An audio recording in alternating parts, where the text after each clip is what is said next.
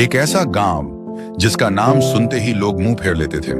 नाम था भीखूपुर गांव, जहां सपने पैदा होने से पहले ही भूख से मर जाते थे। वहां के लोग दिन भर खेतों में खून पसीना बहाते, पर शाम को रोटी तक नसीब नहीं होती।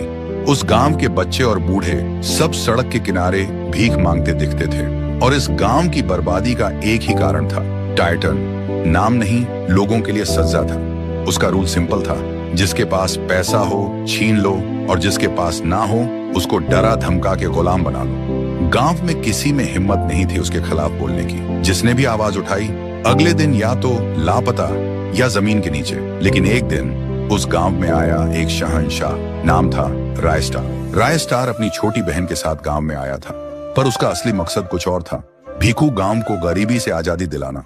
एक दिन सुबह सुबह रायस्टार एक्सरसाइज कर रहा होता है, तभी कुछ लोग उसे देखकर बोलते हैं, बेटा तुझे मौत से डर नहीं लगता क्या?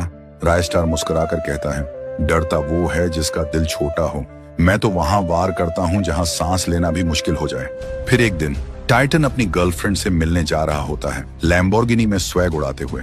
रास्ते में उसकी नजर पड़ती है रायस्टार पर, जो गरीबों को खाना और कपड़े बांट रहा होता है। टाइटन उतरता है और बोलता है, ओ ये हीरो, नया चेहरा लग रहा है, क्या बात है, गांव बचाने आया है क्या?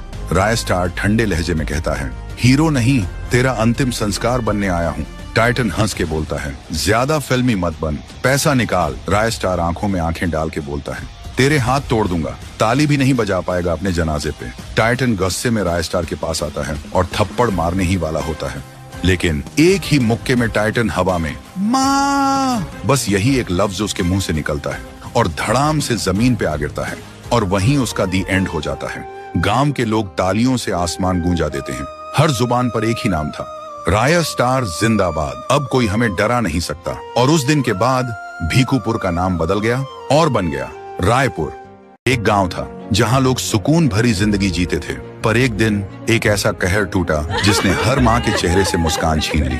स्कूल के बच्चे एक एक करके गायब होने लगे। लोग इतने डर गए थे कि माँ बाप अपने बच्चों को स्कूल छोड़ने और लेने खुद जाने लगे। और इसी गांव में एक छोटी सी फैमिली भी थी, नेहा की फैमिली। नेहा एक मासूम, हमेशा मुस्कुराने वाली लड़की। उस दिन उसका बर्थडे था। गांव के हर एक बच्चे को इनवाइट किया गया था। सब मस्ती कर रहे थे, तभी एक छोटा सा बच्चा आया और बोला, नेहा, बाहर कोई तुम्हें बड़ा सा गिफ्ट देने आया है। नेहा हंसी और चली गई। काफी टाइम बीत जाता है, सब नेहा का इंतजार कर रहे होते हैं, लेकिन नेहा का कोई अता पता नहीं था। मम्मी ने पापा से पूछा, नेहा अभी तक नहीं आई? पापा बोले, किसी दोस्त से बात कर रही होगी। लेकिन मम्मी का मन नहीं माना और बाहर चली गई नेहा को बुलाने। मम्मी बाहर आकर देखती हैं, दूर दूर तक कुछ नहीं था, बस एक लड़का खड़ा था। मम्मी उस लड़के के पास गई और बोली, इधर कोई बच्चे को देखा? नेहा, मेरी बच्ची? लड़के ने बोला, मैं कब से यही हूँ, मैंने किसी को नहीं देखा। सुनते ही नेहा की माँ जमीन पर गिरकर चीखने लगी। कुछ देर बाद पुलिस आई, तलाश शुरू हुई और आखिरकार एक ब्रिज के नीचे नेहा की लाश मिली। आंखें बंद, चेहरा बेजान, पर दर्द जिंदा था। देखते ही देखते लोग इकट्ठा हो गए, लेकिन किसी को नहीं पता था कि किसने किया। एक साल बीत गया। गांव में एक नई फैमिली आई। उनको कुछ नहीं पता था पिछले घर के बारे में। एक रात जब सब सो रहे थे, एक डरावनी कॉस्ट्यूम में उनकी छोटी सी बच्ची के रूम में कोई घुस आया। पापा ने आवाज सुनी, भाग के आए और देखा बेटी गायब थी।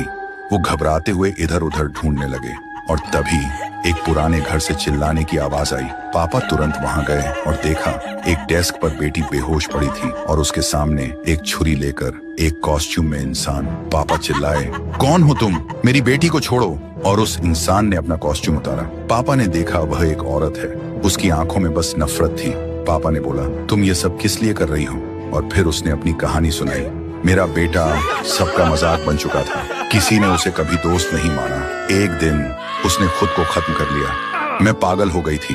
मैं हर स्कूल बच्चे से बदला लेने निकली थी, एक एक करके सबको।